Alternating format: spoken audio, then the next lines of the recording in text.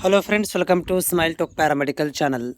Friends, ಈಗಾಗಲೇ ನಮ್ಮ BSc nursing ಕೋರ್ಸ್ಗಳನ್ನು ಮಾಡಲಿಕ್ಕೆ ಕಾಯ್ತಿರುವಂತಹ ವಿದ್ಯಾರ್ಥಿಗಳಿಗೆ KE ಕೌನ್ಸ್ಲಿಂಗ್ ಯಾವಾಗ ಸ್ಟಾರ್ಟ್ ಆಗುತ್ತೆ ಅಂತ ನೀವು ತುಂಬಾ ಹುಡುಕ್ತಾ ಇರ್ಬೋದು. ಜೊತೆಗೆ BSc ನರ್ಸಿಂಗಿಗೆ 1 ಲಕ್ಷ, 1.5 ಲಕ್ಷ ಅಥವಾ 2 ಲಕ್ಷ ತನಕನೂ ರ್ಯಾಂಕನ್ನು ಪಡೆದಿರ್ಕೊಂಡ ವಿದ್ಯಾರ್ಥಿಗಳಿಗೆ ಡೌಟ್ ಇರ್ಬೋದು, ನಮಗೆ ಈ ಸೀಟ್ ಕನ್ಫರ್ಮ್ ಆಗುತ್ತೋ ಇಲ್ಲೋ ಅಂಥೇಳಿ. ಸೊ ಈ ವಿಡಿಯೋದಲ್ಲಿ ಮಾಹಿತಿ ಇರುತ್ತೆ, ಯಾರೆಲ್ಲಿಗೆ ಸೀಟ್ ಸಿಗಬಹುದು ಅಂತ ಎಕ್ಸೆಪ್ಟೇಷನ್, ಮತ್ತು ನೀವೇನಾದರೂ ಸೀಟ್ ಇದನ್ನು ಹೋದ ವರ್ಷದ ಕಟ್ ಆಫ್ ಹುಡುಕ್ತಾ ಇದ್ದರೆ ಹುಡುಕ್ಲಿಕ್ಕೆ ಹೋಗಬೇಡಿ. ಯಾಕಂದರೆ ಹೋದ ವರ್ಷ ಕಟ್ ಆಫ್ ಲಿಸ್ಟನ್ನು ಬಿಟ್ಟಿಲ್ಲ. ಯಾಕಂದರೆ BSc ನರ್ಸಿಂಗನ್ನು ತುಂಬ ಏನಂದರೆ ಒಂದೇ ರೌಂಡ್ ಮಾಡಿರೋದು. ಹೋದ ವರ್ಷ ಒಂದು ಮಾಪಪ್ ರೌಂಡು, ಒಂದು ಫೈನಲ್ ರೌಂಡ್ ಅಂತ ಮಾಡಿಬಿಟ್ಟಿದ್ದಾರೆ. ಸೊ ಹೀಗಾಗಿ ಕಟ್ ಆಫಲ್ಲಿ ಬಂದಿಲ್ಲ. ಬಟ್ ಸೆಲೆಕ್ಷನ್ ಆಗಿರುವಂಥ ವಿದ್ಯಾರ್ಥಿ ಲಿಸ್ಟನ್ನು ಮಾತ್ರ ಬಿಟ್ಟಿದ್ದಾರೆ, ಆದರೆ ಅದರಲ್ಲಿ ರ್ಯಾಂಕ್ ನಂಬರ್ಗಳನ್ನು ಕೊಟ್ಟಿಲ್ಲ. ಯಾಕಂದರೆ ಪ್ರತಿ ವರ್ಷವೂ ಕೂಡ KEದವರು BSc ನರ್ಸಿಂಗಿಗೆ ತುಂಬ ನೆಗ್ಲಿಜೆನ್ಸಿ ಮಾಡ್ತಾರೆ. ಸೊ ಹೀಗಾಗಿ ನೀವು ಪ್ರಯತ್ನ ಮಾಡ್ತಾಯಿದ್ರೆ ಮಾಡಲಿಕ್ಕೆ ಹೋಗಬೇಡಿ.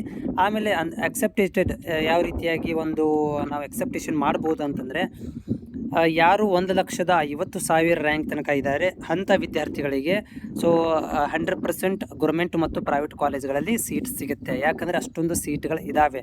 ಅಂದರೆ 1,50,000 ಸೀಟ್ಗಳಿದ್ದಾವೆ ಅಂತ ನೀವು ಹೇಳ್ತಿರ್ಬೋದು. ಆ್ಯಕ್ಚುಲಿ ಏನು ಮಾಡಿದ್ದಾರೆ ಅಂತಂದರೆ, CET ರ್ಯಾಂಕನ್ನು ಕೊಟ್ಟಿರೋದು ಇಂಜಿನಿಯರಿಂಗ್ ಫಸ್ಟು ಮಾಡಿದ ಮೇಲೆ, ಇಂಜಿನಿಯರಿಂಗನ್ನು ಕ್ಲೋಸ್ ಮಾಡಿದ ಮೇಲೆ BSc ನರ್ಸಿಂಗ್ ಕೊಟ್ಟಿರುವಂಥದ್ದು. ಅಂದರೆ ಅದು ಬೇರೆ ಬೇರೆ ಕೋರ್ಸ್ಗಳನ್ನು ಕ್ರಾಸ್ ಮಾಡಿ ನಮ್ಮ BSc ನರ್ಸಿಂಗ್ ಬಂದು ತಲುಪೋದ್ರೊಳಗಡೆ ಅದು 1,50,000 ತನಕ ಹೋಗಿದೆ. ಆ್ಯಕ್ಚುಲಿ ಅದು 15,000 ರ್ಯಾಂಕು. 1,50,000 ಅಂದರೆ 15,000 ರ್ಯಾಂಕು.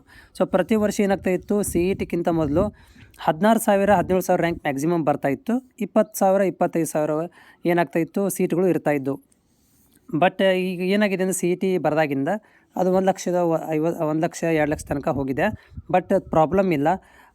1,50,000 ತನಕ ಸೀಟ್ ಇರುವಂಥ ವಿದ್ಯಾರ್ಥಿಗಳಿಗೆ ಆರಾಮಾಗಿ ಸೀಟ್ ಅವೈಲೇಬಲ್ ಇದೆ.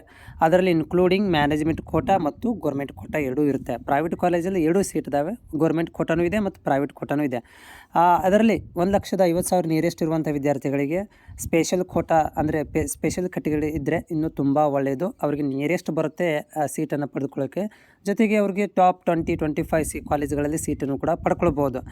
ಆದರೆ 1,30,000 ರ್ಯಾಂಕ್ ಮೇಲೆ ಇರುವಂಥ ವಿದ್ಯಾರ್ಥಿಗಳು ಜಾಸ್ತಿ ಆಪ್ಷನ್ ಎಂಟ್ರಿ ಮಾಡಿದರೆ ಮಾತ್ರ ಈ ಒಂದು ಚಾನ್ಸಸ್ ಇರುತ್ತೆ ಸೀಟ್ ಸಿಗೋದು. ಇನ್ ಕೇಸ್ ಆಫ್ ನೀವೇನಾದರೂ ಬರೀ ಟಾಪ್ 20, ಟಾಪ್ 30 ಅಂತ ಈ ಥರ ಏನಾದ್ರು ಮಾಡಿದರೆ, ಸೊ ಡೆಫಿನೆಟಾಗಿ 1,30,000 ಮೇಲಿರುವಂಥ ವಿದ್ಯಾರ್ಥಿಗಳಿಗೆ ಯಾವುದೇ ಥರ ಅಂತ ಸೀಟ್ ಸಿಗುವಂಥ ಚಾನ್ಸಸ್ ಇರೋದಿಲ್ಲ. ಸೊ ಹೀಗಾಗಿ ನೀವು ಆಪ್ಷನ್ ಎಂಟ್ರಿ ಮಾಡಬೇಕಾದ್ರೆ, ಸೊ ಜಾಸ್ತಿ ಕಾಲೇಜ್ ಅಂದರೆ ಅರೌಂಡ್ ಯಾರು 1,00,000 ಮೇಲಿದ್ದಾರೆ ಅವರು 80-90 ಕಾಲೇಜ್ಗಳನ್ನು ಆ್ಯಡ್ ಮಾಡ್ಕೋಬೇಕಾಗತ್ತೆ. ಸೊ 80-90 ಕಾಲೇಜನ್ನು ಆ್ಯಡ್ ಮಾಡಿದರೆ ಮಾತ್ರ ಅವರುಗಳಿಗೆ ಒಂದು ಲಿಸ್ಟಲ್ಲಿ ಹೆಸರು ಹತ್ತಲಿಕ್ಕೆ ಸಾಧ್ಯವಾಗುತ್ತೆ. ಇಲ್ಲ ಅಂತಂದರೆ ನೀವು ಜಸ್ಟ್ 25-30 ಕಾಲೇಜ್ಗಳನ್ನು ಸೇರಿಸಿ ಬಿಟ್ಟುಬಿಟ್ರೆ, ಸೊ 100% ನಿಮಗೆ ಯಾವುದೇ ಥರಂಥ ಸೀಟ್ ಹತ್ತುವಂಥ ಚಾನ್ಸಸ್ ಇರೋದಿಲ್ಲ. ಇದು ಹೋದ ವರ್ಷ ಆದಂಥ ಒಂದು ಕಥೆಯನ್ನು ಹೇಳ್ತಾ ಇರೋದು. ಸೊ ಹೀಗಾಗಿ 1,00,000 ಮೇಲಿರುವಂಥವರು ಸ್ವಲ್ಪ ಕೇರ್ಫುಲ್ಲಾಗಿ ಆಪ್ಷನ್ ಎಂಟ್ರಿಯನ್ನು ಮಾಡಬೇಕು. ಅರೌಂಡ್ 80-90 ಕಾಲೇಜ್ಗಳನ್ನು ಆ್ಯಡ್ ಮಾಡೋದರಿಂದ ನಿಮ್ಮಗಳಿಗೆ ಸೀಟ್ 100% ಸಿಗುವಂಥ ಚಾನ್ಸಸ್ ಇರುತ್ತೆ. ಅದರ ಜೊತೆಗೆ ಕೂಡ ನಾನು ಲೈವಲ್ಲಿ ಬಂದಿರ್ತೇನೆ. ಪ್ರತಿ ಸಂಜೆ 5:30 ನಂತರ ಲೈವಲ್ಲಿ ಬಂದಾಗ ನಿಮ್ಮಲ್ಲಿ ಏನಾದರೂ ಡೌಟ್ಗಳಿದ್ದರೆ ಕೂಡ ನನಗೆ ಕಾಮೆಂಟ್ಸ್ ಮುಖಾಂತರ ತಿಳಿಸ್ಬೋದು.